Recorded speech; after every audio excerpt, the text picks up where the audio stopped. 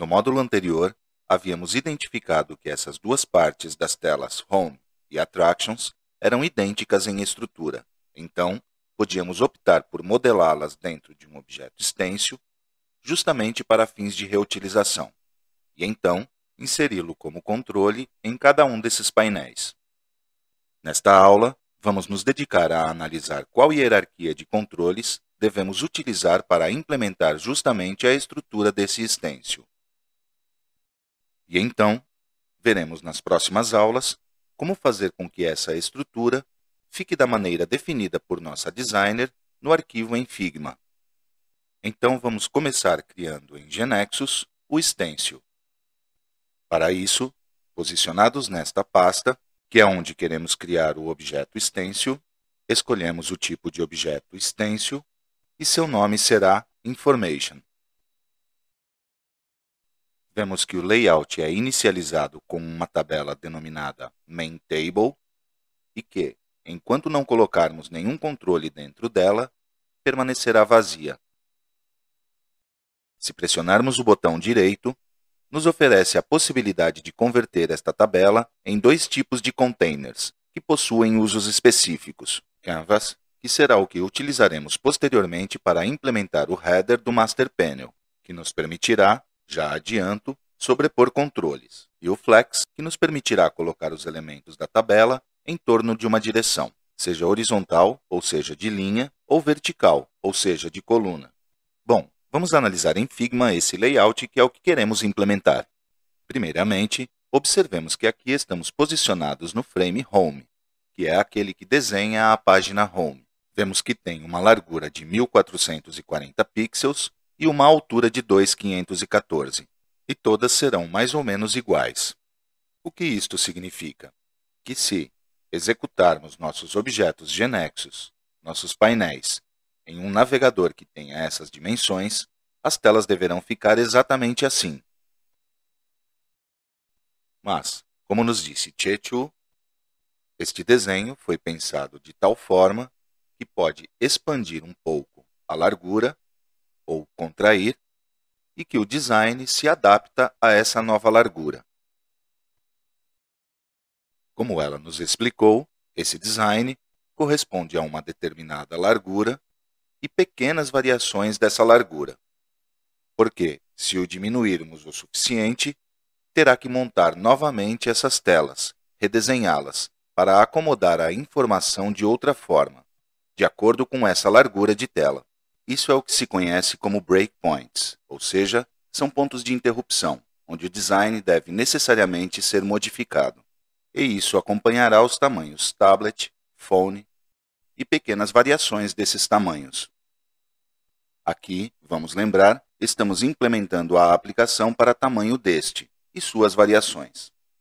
Vamos analisar agora o layout que nos interessa, aquele que queremos implementar com o objeto stencil. Corresponde a este container aqui, o denominado Information, que, observemos, contém dois elementos.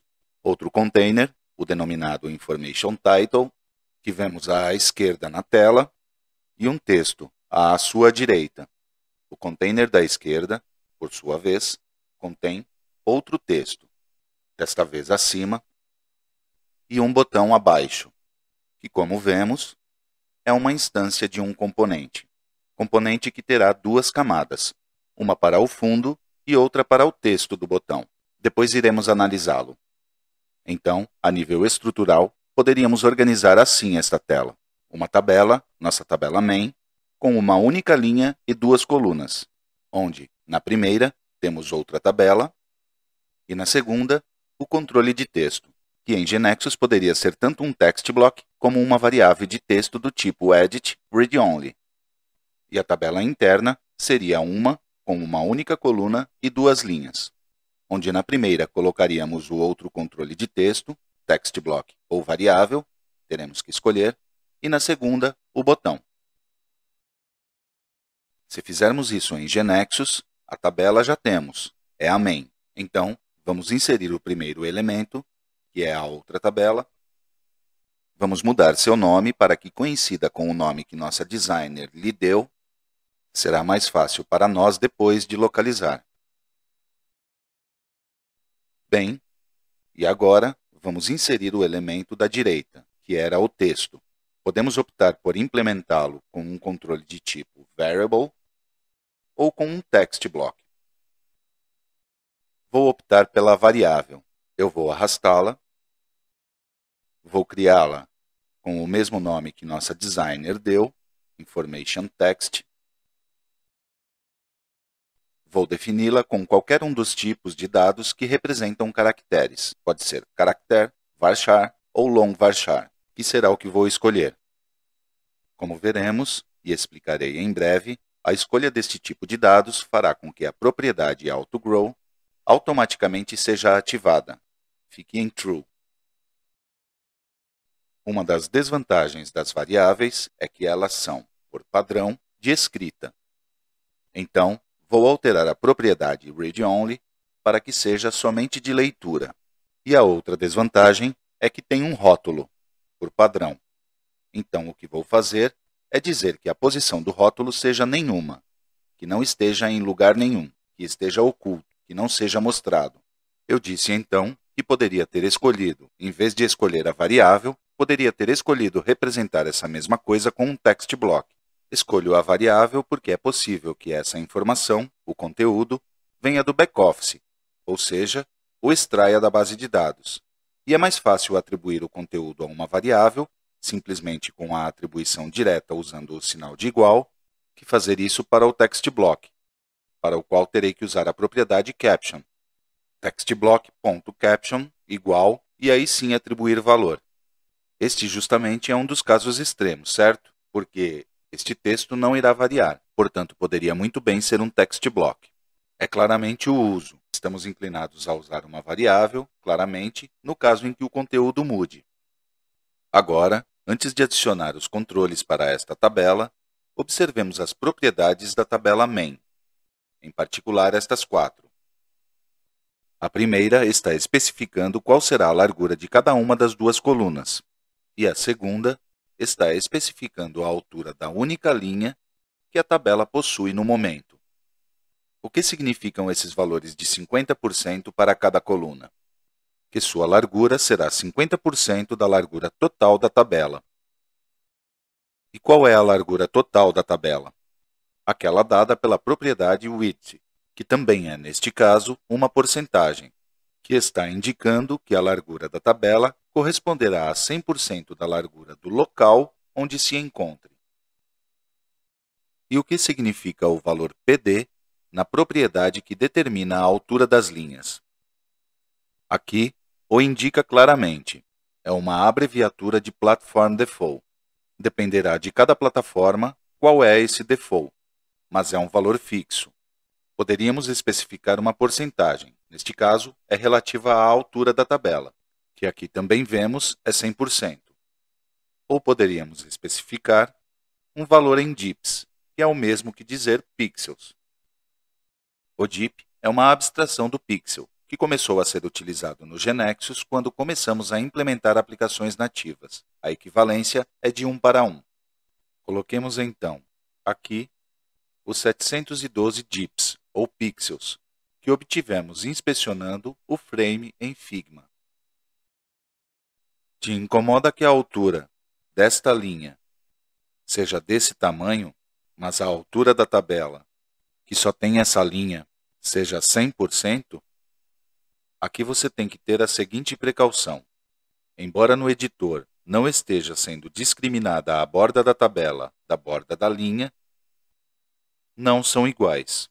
A borda da tabela se estenderá até ocupar 100%, enquanto a borda da linha corresponderá a esses 712 dips. Os controles, por padrão, ocupam todo o espaço da célula em que se encontram. Assim, se observarmos as propriedades desta tabela, que por enquanto está vazia, vemos que sua largura e altura estão configuradas em 100%, ou seja, ocuparão toda a célula em que se encontram. E o mesmo acontecerá com a variável, e você tem que saber disso porque não existe propriedade que mostre isso. O que acontecerá se o conteúdo da variável for tão grande que não caiba nos 712 pixels de altura da célula. Como a propriedade AutoGrow está definida como true, assim como está a mesma propriedade no nível da tabela, então, o que acontecerá é que a célula se expandirá para baixo para não deixar conteúdo de fora. Se a propriedade estivesse definida como false, então o conteúdo seria truncado em 712 pixels, ou dips. Agora, se deixarmos isto assim, então, embora a linha terá 712 pixels, ou dips de altura, como a altura da tabela ficou em 100%, se no local onde é colocado este stencil tiver uma altura maior que 712 pixels, então poderia ficar espaço vazio. A outra alternativa seria que a altura da linha fosse 100%, ou seja, que ocupe 100% da altura da tabela, e definir na altura da tabela esses 712 dips ou pixels. Agora, vamos inserir o texto como text block nesta tabela. Sabemos que é um texto curto, que provavelmente não mudará. Vamos chamá-lo da mesma forma que Chechu em Figma. E para a caption, por enquanto vou deixar title, pois posteriormente será atualizado nos painéis Home e Attractions com o valor que deverá assumir em cada um. E em outra linha, vamos inserir o botão.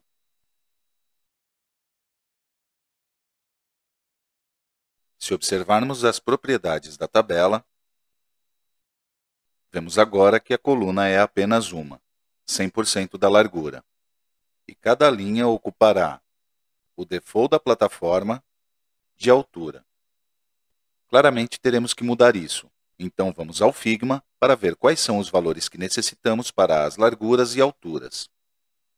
Mas antes de analisar esses tamanhos, vamos analisar o caso do container externo.